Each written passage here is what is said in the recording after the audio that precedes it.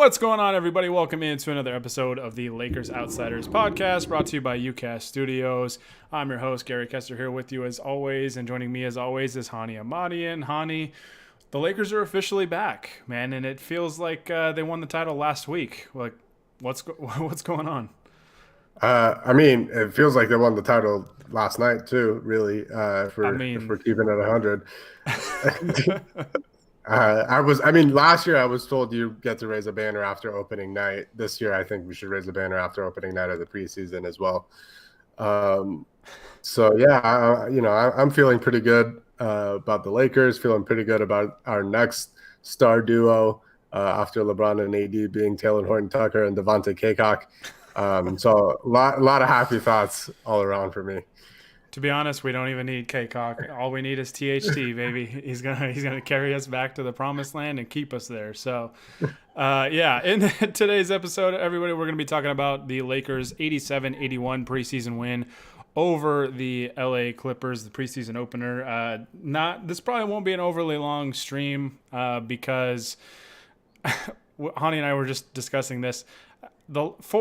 Probably the Lakers' four best players, or at least four of their best players, did not play in this game. No LeBron, no AD, no KCP, no Marc Gasol.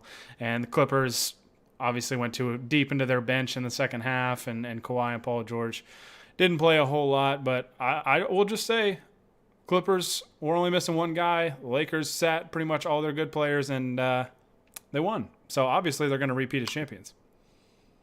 Exactly. I think it's important to remind everybody at this juncture that not only did the Clippers lose to the Lakers' second string guys, but they also blew a 3-1 lead in the second round of the NBA playoffs last year. They're on a 4-game losing streak if you go back to to the playoffs in the Orlando bubble. But they haven't won in Staples Center since like March. It's true.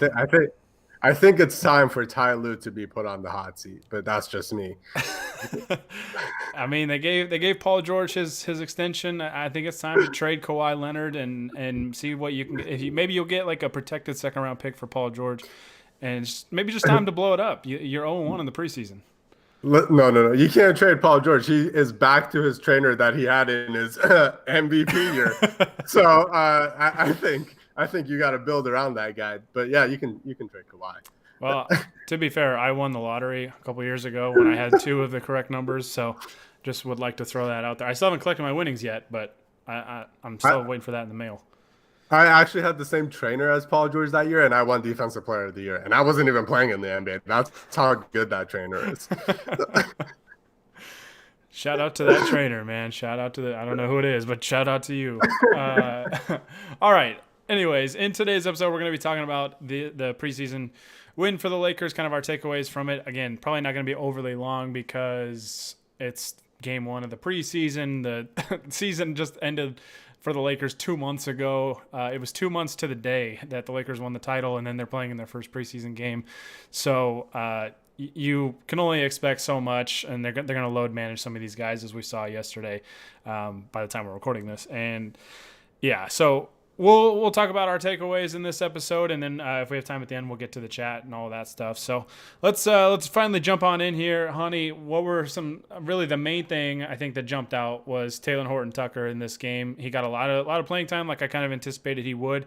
Been a lot of good things said about him coming out of training camp. Frank Vogel's been very high on him, and I think maybe that dates back to his obvious playoff dominance against the Houston Rockets when Frank Vogel went to his heat check and THT came out and played really well. But we saw a lot more of that in this game too. He looked really, really good. Yeah, I think the thing with Taylor right now is obviously because he is so young. Every game that he plays, it feels like when he first gets into the game, in this case he was starting, he is just incredibly rushed and he's trying to do way too much. Last night, that man had no interest in passing the ball for the first quarter at all. He was shooting everything, which I loved for the record. But every time also, he seems to really grow into the game as it goes along, if he is given a long enough opportunity to play. And I think last night was a perfect example of that. He didn't have a great shooting night. He's not really a great shooter at this point in his career anyway, but he also wasn't really finishing around the rim very well last night. But that he can really just stuff the stat sheet. I think he ended up with, 19 points, 9 rebounds, 4 assists, 3 steals last night. Some just incredible plays. His ball handling is so great already at his age. He has a bunch of great defensive tools that I think, you can see him become a good defender in his future if the Lakers really do develop him well. And some of his passing chops as well. He had just one incredible sort of pocket pass to Kaycock early on in the game that had me almost jumping out of my seat in a preseason game, which I felt ashamed about. But also, it's just so much fun watching him play right now because you don't have high expectations for him. You're not expecting him to get a ton of playing time. Basically, anything he does on a basketball court right now is playing with house money. But if he keeps this up, he's really going to be forcing Vogel's hand into at least trying to get him into the rotation as much as possible because he definitely seems like he deserves it. He seems like somebody who, at least in the course of a regular season, can really get out there and do some valuable things for the team. Yeah, absolutely. I think he's a guy. I mean, he's really impressive because of his age and what some of the things that he can do. Obviously, when you get some of these young guys, these 19, 20-year-olds that come into the league, and THT is only 20 years old, and obviously the physicality standpoint of the league, right? Like these guys often come in and their bodies just aren't really ready for it. There's a lot of times they get kind of bullied physically and all that kind of stuff, and he doesn't really deal with that. Like he's kind of the bully a lot of times when he goes to the basket. And I think there was one play with Luke Kennard that he just like used basically lowered his shoulder into him and just totally discarded him and then went up for an easy layup. So he's LeBron flex thing too. Yeah. Yeah. So like he is definitely advanced in some areas of his game. Obviously, the shot making has a long way to go. I think defensively he has a long way to go. But some of the overall feel for the game stuff, I think he's a pretty crafty finisher already. And some of that is due to kind of his physical gifts. Like his arms are just crazy long. Like it's so weird to see a guy that's 6'4" but also have a 7'1" wingspan. Like it's pretty remarkable. Yeah. But he's pretty crafty and he is definitely a confident player, right? And I think that that's important for young players because a lot of these guys come in, it might be kind of overwhelming to play in a league of grown men that are bigger, faster, stronger out of the gate. And maybe I think probably playing in this culture.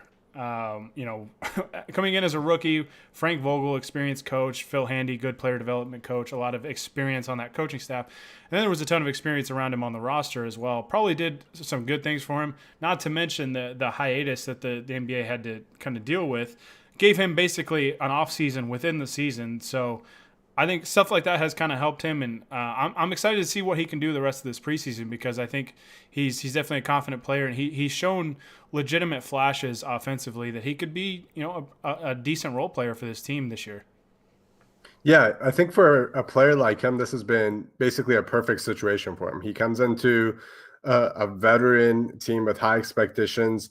High expectations for the team, but very low ones for him. Obviously, nobody really expected him to do a whole lot last year or even this year.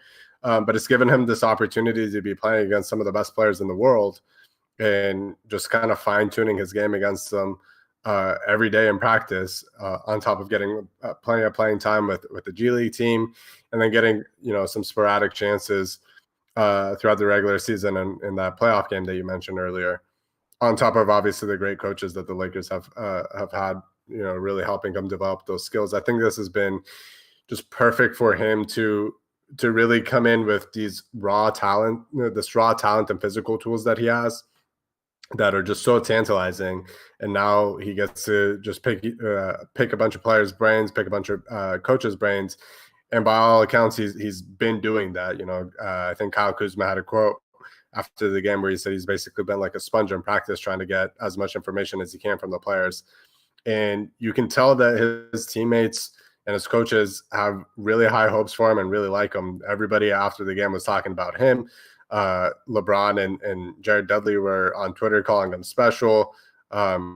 Wes Matthews today had a quote about Kawhi coming up to him at some point, coming up to Wesley Matthews and asking him of how old Horton Tucker was because he was just basically surprised at how good he was already. So he's definitely turning a lot of heads. And, it's obviously important to temper expectations and not get too carried away. Although, oh man, I love getting carried away.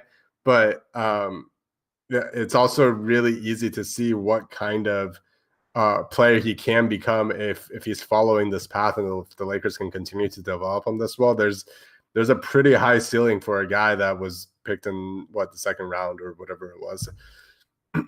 Yeah, I mean the Lakers I think bought a pick just so they could get him. It was kind of like a Jordan Clarkson situation all over again. But yeah, I just hope they can develop him defensively because I think he has the tools defensively. I mean, like we said, 6'4", 7'1" wingspan, all that stuff. Those are definitely some things you can work with defensively and create some havoc and deflections and contest shots and things like that. So I'm hoping we see some strides there defensively this year. But he is 20 years old, so it's reasonable to expect it to take even a couple years, even though he's in, like you said, Honi, a really great situation for a young player, and he has shown legitimate flashes offensively.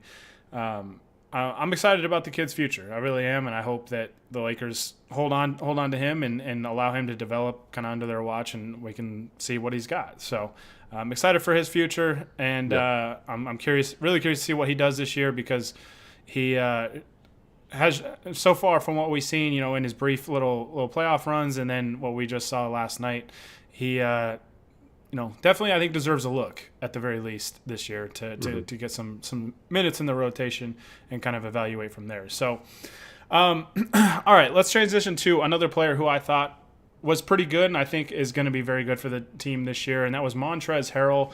I don't even think it was necessarily his best game, or even remotely close to it. I don't even think it was an A game for him, but I thought he still had a pretty good impact on the game, and I think he showed that I think he's going to be a fan favorite this year with his motor, his hustle, his energy, and just the kind of the intensity and tenacity that he plays with. I think that was pretty evident early. I think he nearly had a double-double going into the half, and you could just see, I think, why fans are going to love his game this year. Yeah, I think Trez's mentality, it can kind of go either way. It depends on basically how the team is going. If the team is not performing well, I think he has a sort of personality that could rub guys the wrong way, and it seemed like that might have been the case with the Clippers last year. But when the team is clicking, I think he is a guy that, both his teammates and fans are going to love because, like you said, his energy last night for the first game of preseason where nobody really cares much was incredible. He was playing hard. He was getting pissed off at foul calls. He was trash talking his former team. It was really, really fun to watch. And it was, kind of the little spark of energy that game had, which there wasn't a lot of, but he provided it. And also his quotes after the game, man, I loved it. He's talking about how, who cares what the Clippers look like? That's got nothing to do with me right now. That he had a job to get done again in the first game of preseason. There's a lot to like about Montrezl Harrell, the person and the personality. I think as a basketball player, we're still not getting everything about him as a player from that game. And I think one of the main takeaways that I had last night was about the team's chemistry in general, which seemed to not be great because obviously a lot of these guys have literally not played basketball with each other than in some scrimmages. And I think his pick and roll chemistry with Dennis Schroeder especially just seemed off at a lot of times, but those two seem to be communicating basically after every play, both offensively and defensively, which I loved. So I think it's going to take a while for us to see what kind of impact he's going to have as a basketball player on both ends of the floor. But at least in terms of just his mentality, his energy, his hustle, I have nothing but good words to say about his quote unquote debut with the team last night. Yeah, 100%. And I think kind of the caveat there too is from what we saw last night, there's probably gonna be a lot of minutes where he's playing next to Marc Gasol, he's playing next to Anthony Davis. Yeah. So it's gonna be a little different with how just things kind of navigate when he's on the court this year. But yeah, I mean, just all that stuff, the motor, the energy is something fans I think naturally gravitate to with a player like that. But I think he's gonna have some games this year where he has very, very big nights, and I think that the fan base is really going to like him a lot. And especially, I think having those energy type guys when there's no fans in attendance this year, or in some venues going to be very minimal fans. That's important to have that guy that Yeah. kind of almost I wouldn't say prevents you from coming out flat, but he's usually going to be that spark that makes it happen a lot less often, especially with a schedule that can be a little crammed and things like that. They're playing 72 games in 6 months, so it's it's just nice to have a guy like that on the team, and especially a guy that is as capable as he is of providing not only energy but just a lot of a lot of good things. So I also, one thing I really like about big guys, and maybe I'm weird about this, but like as a guy that grew up playing a guard and like in pick and rolls, I always hated bigs that avoided contact on screens. And I noticed it last night with him that he doesn't really avoid contact on screens. He sets pretty solid screens, which is kind of it's a small detail, but it's such a key thing in the pick and roll game that I think him and Schroeder this year especially are really going to feast on second units when they're out there together. Yeah, I think his pick and roll game is just, I think he's genuinely one of the better bigs in the league in terms of his pick and roll game. The setting hard screens, getting contact, getting that separation, especially for a guy like Schroeder who just thrives in open space and having the speed to get around the second guy, the big that will have to basically be on an island against them in those sort of situations, is huge. And when those two really get their chemistry together, where now Harrell's expecting the passes at the right time and Schroeder's throwing them at the right time, and the angles of the screens and all the other details of those plays, I think it's very clear that should be a really valuable weapon for the Lakers, at least in the regular season when those two are going to get a ton of minutes, and hopefully in the playoffs as well, as often as they will get a chance to fine tune it. Yeah, absolutely. And Schroeder was the other guy I wanted to really talk about, because I mean a lot of the guys that played last night, we don't know what their role is, like Quinn Cook, Devontae Kaycock, guys like that. We don't really know what their role is on this team, or, a guy like Cook, we don't know for sure how long he's going to be on the team, if he makes it throughout the season and all that stuff. But Schroeder is a guy that is really interesting because I don't think he played overly well yesterday, but he showed enough flashes of what this team, he brings an element to this team that they don't have elsewhere, maybe outside of a guy like LeBron. Schroeder's decision-making last night was not great. I think he had 6 turnovers, and so, got himself into some tough spots and basically like made some drives to the basket that he kind of determined before he went, like, I'm driving to the basket here, like, no matter what, and got himself into some trouble. But he's got legitimate burst with the ball in his hands. He's got, that speed, that quickness that I think the Lakers will really enjoy, not only out in transition, but in the half-court game as well with that pick and roll. And he hit a couple of threes. Like, if he's able to shoot threes like he did last season, I think that's a big plus for this team moving forward. Yeah, I think I said this last night while I was live tweeting the game as well, that he wasn't having a great game. The decision making was part of it. The chemistry with Trez was part of it. I think some of those turnovers, I think you could argue were Harrell's fault, even if they were attributed to Schroeder. But that's just kind of that chemistry being built. But yeah, he brings a lot of just valuable skills. That speed, other than KCP, I think at the guard position, nobody else has for the Lakers. The 3-point shooting as sort of a secondary weapon for him when he plays off the ball next to LeBron, which is something Frank Vogel said is going to happen quite a bit this year, is just super crucial for this team, having that sort of spacing from their point guard.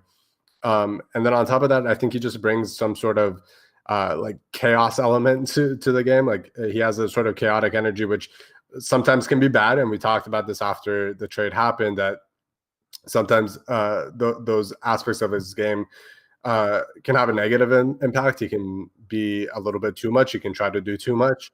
But there's also times when a team like that really needs it. He can break down defenses that are geared to basically stop the Lakers from getting to the rim, because he just has a different sort of rhythm to his game than anybody else on this team really has. And part of that is just his speed, his change of directions, his change of pace, the hesitation move that he has in those pick and rolls, I think is one of the best in the league. And I think that is going to add a whole lot of dynamic elements to the Lakers offense in general. Yeah, definitely. I think just having different elements to the offense is going to be key, and I think a guy like Schroeder, especially, one of the kind of the younger younger pieces that they added to this roster, I think are going to be important with this the circumstances of the regular season and the short turnaround, the jam-packed schedule, all that stuff.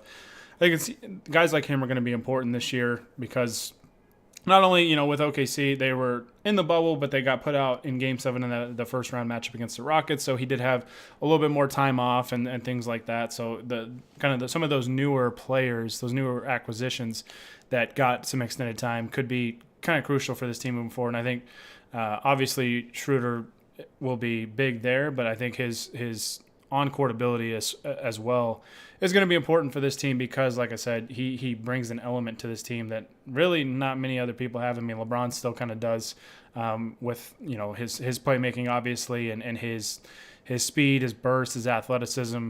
Even though he's not obviously in his prime anymore, he's still, to me, the best player in the world, and he's going to bring that kind of stuff. So I'm excited for Schroeder, man. You're probably going to have some up and downs. Probably like Montrezl Harrell, I think, is probably going to have some ups and downs. Like, he took a couple mid-range jumpers last night. One was not close, but you're going to have some ups and downs. Let him know. Yeah. You're going to have those ups and downs, but it's. I think you're going to have a lot more ups than downs with those two guys, especially. And I'm looking forward to it, especially with those two working together as a duo, presumably with the second unit. And I'm just really excited. It was an ugly game to watch. I think I tweeted out, I feel like I was watching an early 2000s Eastern Conference Finals matchup where it was like, are we sure these teams are going to get out of the 70s? And they got into the 80s, but it was not pretty, man. I mean, both teams shot, I think, like 35% from the field. They were both 30 of 84. Lakers were 31% from three, 27% from three for the Clippers. And, yeah, it was just not a lot of shot making going around. It very much looked like a first preseason game of the year for both teams. And it was ugly, but it was cool to see. And basically, I think in this preseason, you're just looking for flashes of certain things. And I think we saw some of those with the guys that we mentioned. Yeah, and I think one thing that wasn't ugly about this game was Wesley Matthews. Sorry, I couldn't help myself with that segue, but I did want to talk about Wes a little bit because I think he's a guy that's probably going to go under the radar a lot this year because he's just not as dynamic of a player or as exciting or flashy of a player. But I think last night I was really impressed with just the sort of like mentality that he had coming into the game where he was really playing his ass off defensively, which is what you expect from Wesley Matthews because it's Wesley Matthews, but you don't really expect it in the first game of the preseason.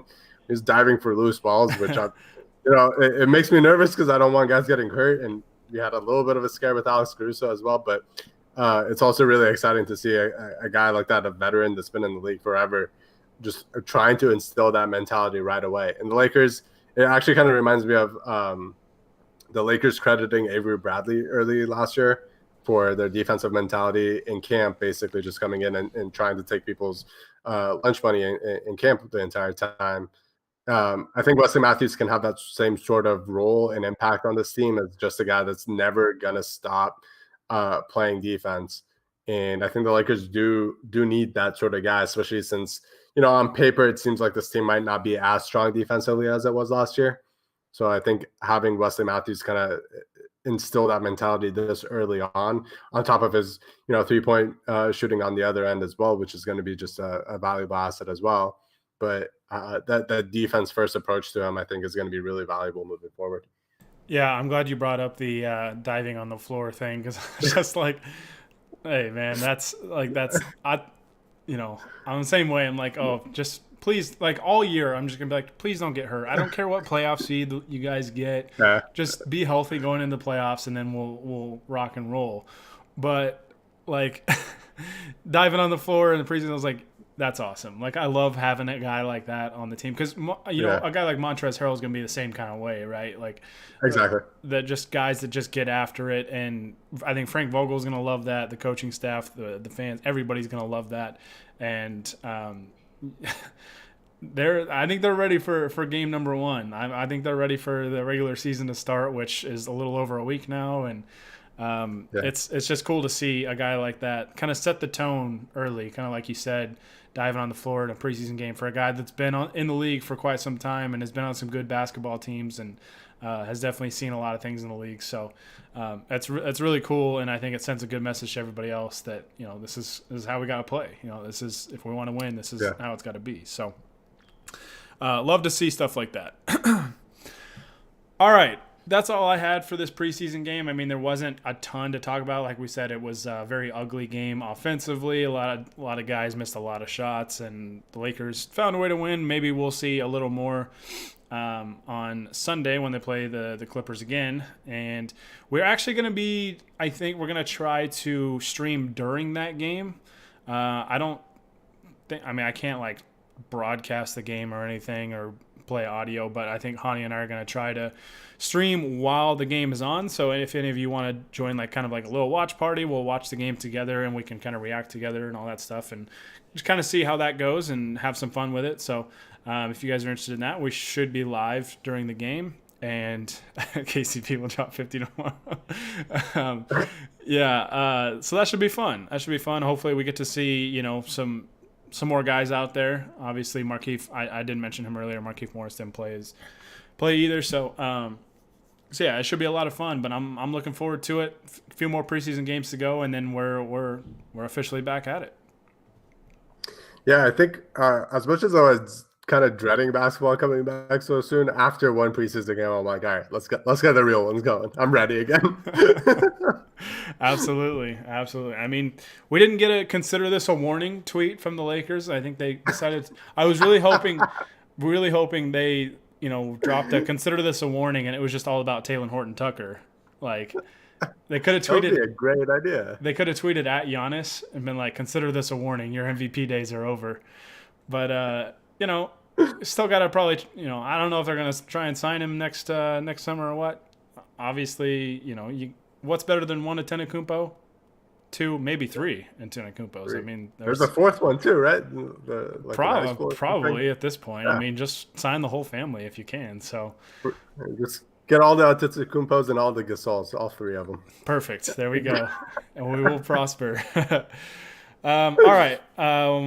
We'll jump into some chat questions real quick. I have only had the Twitch chat pulled up, so if you're on YouTube or you're on Facebook and you had a question, drop it again so that it'll pop up on my screen. I forgot to switch it over, but Bevers, I don't need to hear about me getting benched for the Eagles. So you need to calm down with that. It's way too soon to bring that up, but.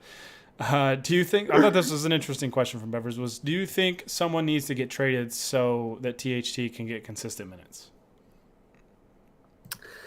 That is an interesting question. I wouldn't go that far yet, as much as I would love for THT to get those minutes. I think, if you're looking at the guard positions for the Lakers, they got Schroeder, KCP, Caruso, and Wesley Matthews right now, and I think all four of those are probably comfortably more reliable than THT at the moment. We're obviously hoping that THT's ceiling is higher than some of those guys, and in a couple of years he's going to be able to replace them. I think he kind of gives you that flexibility, though, that if the need comes for a trade where you're trading one of those guys to maybe get a big or get a wing, then he can slot in. And in the future, if next year, let's say Dennis Schroeder gets a bigger contract from somebody than the Lakers are willing to give up, then maybe they don't need to get another guard and they can just have THT kind of take that spot. Or if in a couple of years they decide to trade KCP to get use his contract to get a star, then maybe THT can take his spot. I think right now it isn't so much about trying to force him into the rotation as much as possible, although I would love for him to get some minutes in the regular season, some legit ones. It's more about just kind of building and developing those skills so that in a couple of years, yes, he's going to be ready to be a legitimate, impactful contributor for this team. Yeah, 100%. I don't want to get, too ahead of myself with THT or anything like that. So I think he's going to get some minutes here and there, and you can never have enough depth, especially in a season like this where you're going to have nights where you're going deep into your bench and you're playing guys more minutes than they're probably accustomed to. So you can be patient with it. The kid's only 20 years old. He can't even drink legally yet. So I don't think anybody really needs to be traded yet. You kind of have to get some games under your belt, kind of assess the roster, the fit, everywhere and all that stuff, and then kind of figure that out. But I think he's just naturally going to earn some minutes here and there. And if he gets a consistent spot in the rotation, then perfect, even better. But Lakers can be patient with him. He's 20. They got a very good team, so it's a nice problem to have for sure. So I thought I saw more questions in the chat earlier. Maybe they just disappeared or whatever, but that was pretty much all I could see. I mean, Zane, of course, said KCP is going to drop 50 tomorrow. I might have to hold him to that. I might have to make him make a bet on that. So we'll have to see, but it's going to be funny if KCP just doesn't play tomorrow. I don't know. He's going to drop 50 when he doesn't play. Zane was KCP hype before basically anybody, so I'm just going to take his word for him. He is absolutely dropping 50 points. You heard it here first. You heard it from Zane first. You heard it from me second, but I'm all the way in on the KCP hype train. Are we sure Zane doesn't run the KCP burner Twitter account? Zane is Tanner, whatever numbers after it. Yeah. All right. All right. Bevers came through with one more question. How did you like Kyle Kuzma's passing besides the bad lob in the game? First of all, I love Kuzma's bad lobs from now on will just remind me of the one in the playoffs last year where he tried to throw it behind his back and it just soared over everybody's head. It's the greatest play that I've ever seen on a basketball court. I think he sort of like Taylor, I think, kind of grew into the game as it went along. He was a little bit shaky early, I thought, but as the game went along, his offense kind of opened up. He hit some shots, which I think opened up the rest of the floor for him. And his passing, I think last night was really great. He's always kind of shown those flashes of being a decent playmaker. It's just never been consistent. So I would love, if that's something that he adds to his game on top of this sort of like 3-and-D role that he's been playing, basically since the bubble last year, that would be great because I think he is probably too dynamic of a player to just be put into a 3-and-D role, even though there's a chance that he could be really good at that. But I think if he also has the ability to now put the ball on the floor when teams are closing out hard on him and try to make some plays, then that turns him into a much, much better player. Yeah, and he has that ability that he can hit, some difficult shots and things like that where sometimes that's necessary. You get deep into the shot clock, you need a guy that can kind of create something out of nothing, and he has that trait about him. I saw way too many hot takes, I think, regarding Kyle Kuzma last night, regarding his body language, and I knew we would get some kind of hot takes in game one of the preseason. I mean, I thought my take of the Lakers repeating as champions, going 88-0 with Taylor Horton Tucker winning finals and league MVP, was a mild take last night, but nothing too out of the question, I think, based on what we saw. There's like a tiny bit of steam coming up from it. That's about how hot it was. It was like mild sauce. Yeah, you put it in your mouth, you kind of have to take a little bit of a gasp, but it goes down pretty easy. And that's the note that we're signing off on right there. So, all right, we are going to get out of here. As always, guys, this will be up probably Sunday morning. It's going to take some time to render and edit and all that stuff, but it'll be up Sunday morning on all those podcast platforms for any of you that listen on that. And of course, as always, we record these live on Facebook Live. So like us on Facebook, just facebook.com/Lakers Outsiders. You can follow or subscribe to us on Twitch, just twitch.tv/Lakers Outsiders. And then you can subscribe to us on YouTube as well. We live stream on all three of those platforms. So if you don't want to wait for it to be edited and all that stuff, you can watch us live and you can see, our beautiful faces, and we watch us act like idiots and laugh at each other and all that fun stuff. So tomorrow will be interesting, watching the game live, assuming we're able to get that done. I wanted to do another show this week, but I also forgot when we recorded last week what week it was, and it was finals week, which is a lot of final prep and final projects and all that stuff. So that was a nightmare, but that is out of the way. So definitely some more shows coming your guys' way. So I appreciate those of you that follow along, that have subscribed to us and all that stuff, and show us a lot of love. So I'm looking forward to a lot more shows with you guys this year and with Honi, and hopefully we'll have some more guests and stuff like that on here as well. So, all right. We're getting out of here, so we will be on, I think is it 5 o'clock Pacific time tomorrow? The game tips off. I believe it's on ESPN. Yeah, sure. I think it's somewhere around there. So we should be here for tip, and we're gonna watch the game live, and hopefully we see some fun basketball being played, some better basketball than we saw about 24 hours ago. So that'll be a lot of fun. You can follow Honi on Twitter at HONIAHM. Of course, you can follow Lakers Outsiders on Twitter, Instagram, and like us on Facebook as well, and get all of our content on LakersOutsiders.com. I'm gonna, while this thing kind of renders, I'm gonna go play some video games or something over on my Twitch. So if you guys have Laker questions or want to talk Laker basketball, you can follow me over there. Just twitch.tv/swishgk. All right, Honi. Until tomorrow when we're watching the game, I guess we'll get out of here. So thank you guys so much for listening. But with Honi Ahmadian and the Lakers Outsiders, this is Gary Kester signing off. Shout out Matt Barnes, Lakers legend.